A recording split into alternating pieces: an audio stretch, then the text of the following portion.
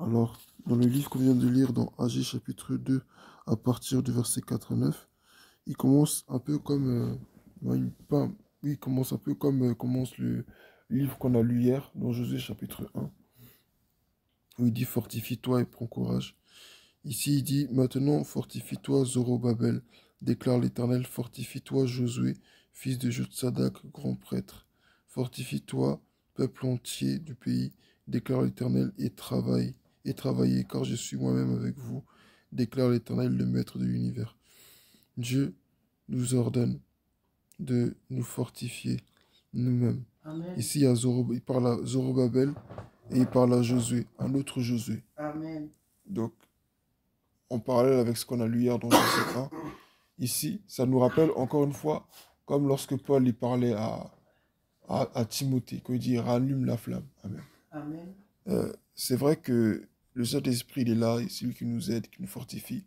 Il y a toute cette part-là du Saint-Esprit que nous ne maîtrisons pas, que seul Dieu peut faire, que seul Dieu peut, qui relève de la part de Dieu.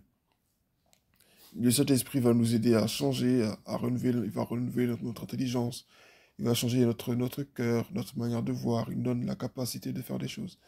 Mais il y a toute la part de l'être humain. Amen. Et cette part-là ne revient pas à Dieu.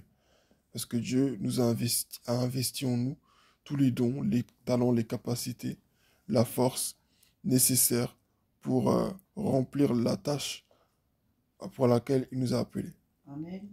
Ici, il dit, maintenant fortifie-toi, Zorobabel, déclare l'Éternel. Fortifie-toi, Josué, fils de Jotsadak, grand prêtre. Fortifie-toi, peuple entier du pays, déclare l'Éternel, et travaillez. Car je suis moi-même avec vous, déclare l'Éternel, le Maître de l'univers. Quand Dieu veut que quelqu'un se fortifie, c'est pas juste lui, c'est tout le monde. Amen. Amen. Dieu appelle une personne, c'est vrai, mais tous ceux qui sont derrière lui doivent aussi s'investir. Il dit conformément à l'engagement que j'ai conclu avec vous quand vous êtes sortis d'Égypte. Mon esprit est au milieu de vous. N'ayez pas peur. Dieu est un Dieu fidèle à sa parole. Quand Dieu nous dit de faire quelque chose, c'est toujours en lien avec ce qu'il a déjà dit auparavant. Dieu, son Esprit Saint, n'est pas nouveau. Amen. L'Esprit de Dieu n'est pas nouveau. Et sa manière d'agir n'est pas nouvelle. Il peut faire des choses différentes, mais ça revient toujours à ce qu'il a déjà fait auparavant. C'est toujours en lien avec ce qu'il a fait auparavant. Dieu est toujours le même. Il dit, mon esprit est au milieu de vous, n'ayez pas peur. Souvent, lorsque nous nous engageons à servir Dieu, nous avons l'impression que nous sommes seuls. Or, c'est faux. L'Esprit de Dieu est avec nous. Il nous suit à la trace. Il ne nous abandonne pas. Donc, premièrement, nous devons faire notre part pour Dieu dans son œuvre, parce que nous sommes tous concernés. Nous devons faire notre part dans la vie de tous les jours, parce que euh, tout cela, en fait, revient à servir le Seigneur. Et nous sommes tous concernés par cela. Deuxièmement, Dieu est avec nous. Amen. Amen. Dieu est un Dieu et fidèle. Il a fait une promesse et il veut l'accomplir. Et quand il nous demande de faire quelque chose, c'est qu'il a déjà tout prévu pour qu'on arrive à faire cette chose-là. Donc, nous n'avons pas à avoir peur parce qu'il est avec nous. Troisièmement, il dit en effet, voici ce que dit l'Éternel, le Maître de l'univers.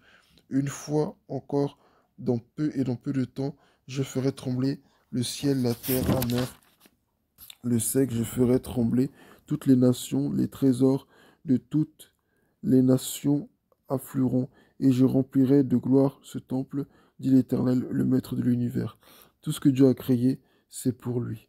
Tout ce que Dieu nous a donné, c'est pour lui. C'est pour rien d'autre. Donc nous devons savoir que lorsque Dieu nous fera entrer en possession de ce qu'il nous a donné, c'est pour lui-même lui rendre gloire. Amen. C'est pour lui offrir ce que nous avons. C'est pour que tout ça lui revienne. Nous n'avons aucun mérite. C'est vrai que nous avons travaillé, c'est vrai. Mais la force nous est venue de l'Éternel. Et il dit ensuite, l'argent m'appartient. Voilà, c'est de ça dont il s'agit. L'argent m'appartient. L'or m'appartient, déclare l'Éternel, le Maître de l'univers. C'est ce que je viens de dire. Tout lui appartient. Et quand nous avons quelque chose, c'est pour lui. Et ça doit se nous garder dans une humilité. Parce que quand Dieu nous dit que ça lui appartient, c'est que forcément ce n'est pas à nous. Donc nous ne pouvons pas nous vanter de ce que nous avons eu. Amen. Il dit ensuite, et pour finir, la gloire de ce dernier temple sera plus grande que celle du premier, dit l'Éternel, le Maître de l'univers, et c'est dans ce lieu que je donnerai la paix, déclare l'Éternel, le Maître de l'univers. Quand Dieu fait une chose, c'est pas pour faire la même chose que l'année passée. On est en 2025, La manière dont Dieu se glorifie aujourd'hui, c'est pas comme ça qu'il se glorifiait en 2023, en 2022, en 2020, en 2019, en 2014. Nous sommes à un autre niveau aujourd'hui. Amen. Amen. Nous devons voir que Dieu fait des choses plus grandes. Et demain encore, Dieu a de plus grandes choses à faire avec nous. Donc quand Dieu nous envoie, quand Dieu nous dit, lève-toi, fortifie-toi, prends courage, commence à faire ci, commence à faire cela, c'est que Dieu est sur le point de faire quelque chose de nouveau. Amen. Amen. Avec nous, dans nos vies. Il a peut-être fait ça dans la vie de d'autres personnes, c'est vrai, mais il veut nous le faire voir. Amen. Amen. Il veut qu'on expérimente quelque chose de nouveau. Dieu ne veut pas qu'on soit toujours là en train de regarder les témoignages des autres, qu'on soit toujours là en train de regarder ce qu'il a fait pour les autres. Dieu veut que nous aussi, on puisse témoigner. Amen. Et quand Dieu nous demande de nous lever, c'est parce que c'est à notre tour d'être bénis. C'est à notre tour de manifester sa gloire. Dieu veut faire des miracles, Dieu veut guérir des malades, Dieu veut faire tout ça, c'est vrai. Mais avant que tout ça n'arrive, Dieu veut que aussi nous soyons des témoignages. Alléluia. Et si je suis malade, bon, Dieu peut m'utiliser s'il en a envie, je dis pas non.